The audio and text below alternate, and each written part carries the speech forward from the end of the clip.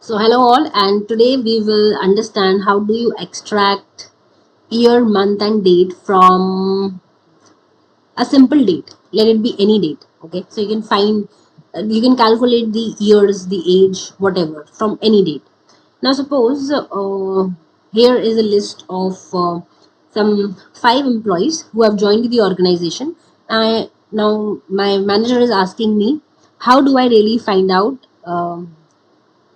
the number of years, days and months Rahul has spent in my organization till date.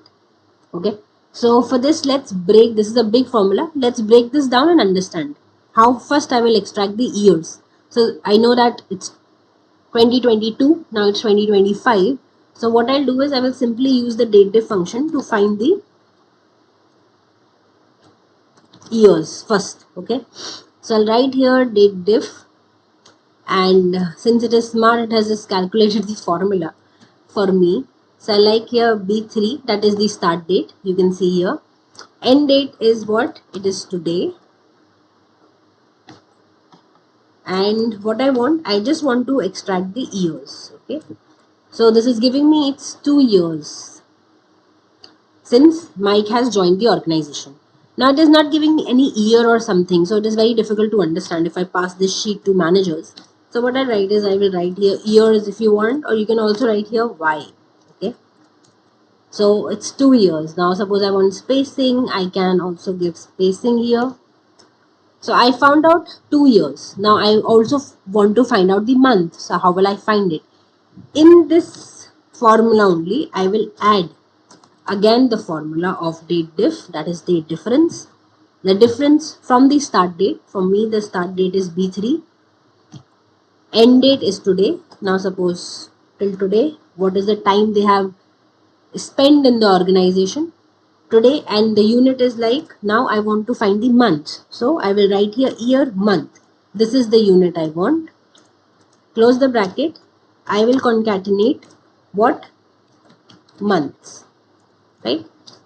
And let's see what we get. So we get here 2 years, 7 months. Right?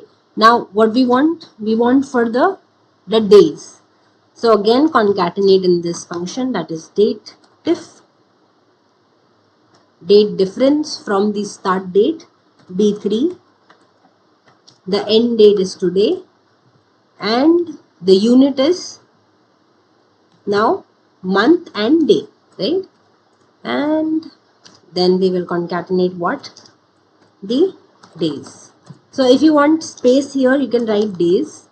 Okay, just give some space in this before the start of the commas.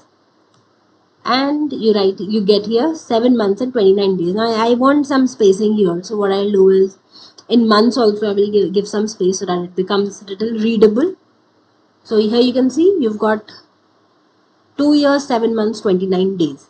Now I don't want to see Y, I just want to see it YMD. So what I'll do is, instead of years, I will write here Y.